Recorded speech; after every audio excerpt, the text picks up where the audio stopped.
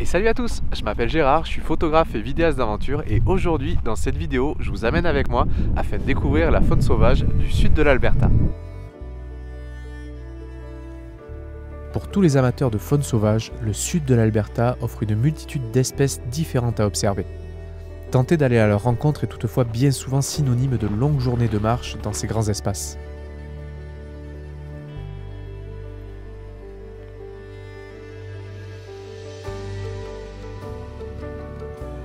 Et ce jour-là, alors que je randonnais dans Kananaskis, j'avais perdu tout espoir de rencontrer quelconque animal, et pourtant... J'étais quasiment arrivé au sommet, quand sur ma droite, au niveau d'une crête, j'ai vu apparaître un troupeau de mouflons d'Amérique. Ils sont quand même assez hauts en altitude.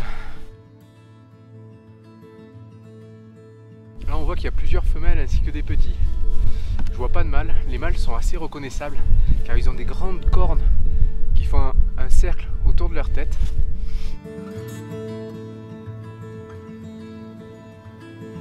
C'est vraiment beau d'être ici, à cette altitude, avec ce décor, ces conditions climatiques qui sont un petit peu difficiles parce qu'il commence à faire froid avec le vent qui s'est levé, et de voir ces animaux sauvages dans leur espace naturel, en train de vivre leur vie sans que quiconque les dérange autour, que ce soit moi ou d'autres personnes. Ce qui est important, c'est de garder des bonnes distances avec eux pour ne pas les déranger. Comme on le voit actuellement, ils sont en train de se nourrir et si je les dérange, ça pourrait perturber leur alimentation dans une période où il est compliqué pour eux de trouver de la nourriture.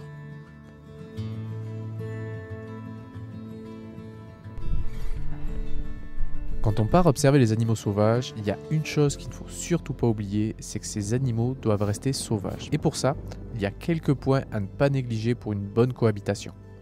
La première est de ne pas nourrir les animaux, tout simplement pour ne pas qu'ils s'habituent à l'homme.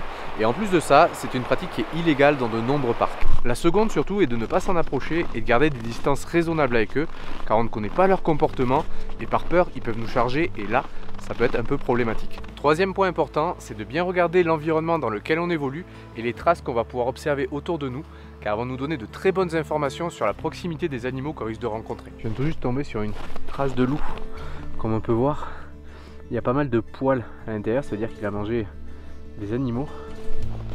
Et aux yeux de la taille des traces, qui sont juste énormes, elles font quasiment la taille de ma main, je peux certifier quasiment à coup sûr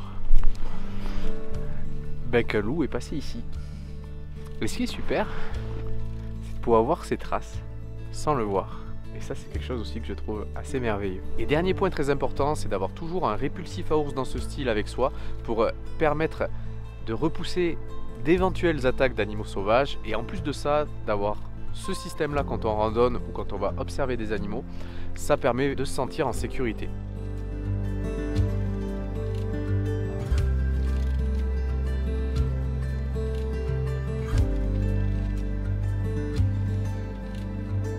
Et voilà les mouflons d'Amérique mâle dont je vous parlais plus tôt. Je les ai finalement croisés un peu plus tard, après ma randonnée, alors que le soleil était en train de se coucher.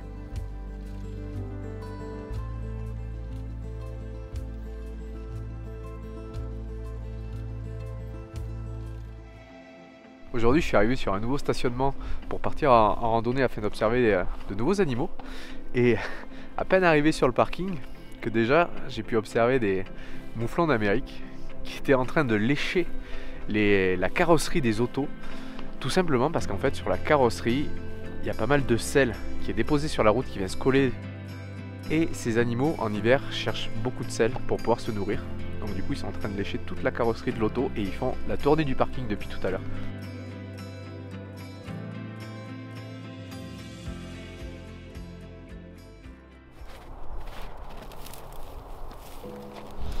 Il y a une chose que j'aime beaucoup en Alberta, c'est que c'est relativement facile de pouvoir observer des animaux sauvages. On va pouvoir les observer dans des villes, à proximité des villes, dans des prairies, dans des champs, en montagne. Bref, il y a une multitude d'endroits où on va pouvoir rencontrer des animaux sauvages et surtout ne pas les déranger.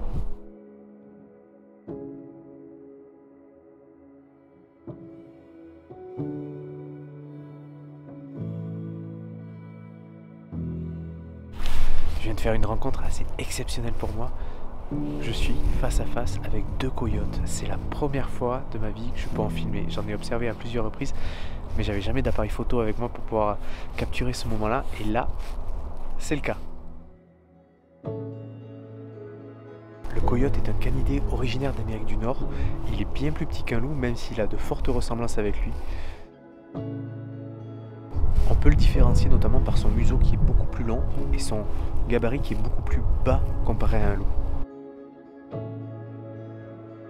Le mâle pèse au maximum 20 kg et la femelle va tourner aux alentours des 18 kg.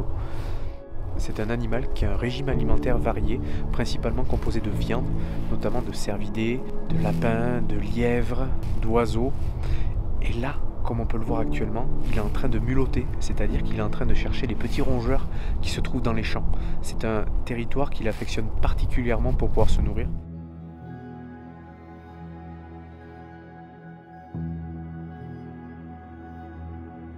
Le coyote est très intelligent et polyvalent.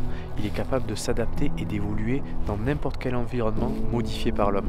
On va pouvoir le retrouver dans des champs, dans des montagnes, en ville.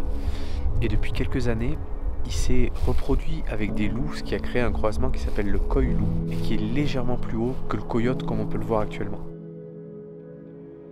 Et même si les émotions de ces rencontres peuvent nous submerger, il ne faut pas perdre de vue que les animaux sauvages ont choisi de vivre éloignés de l'être humain. C'est ce qui les caractérise. Alors pour les respecter pleinement, n'oublions pas d'honorer leur choix.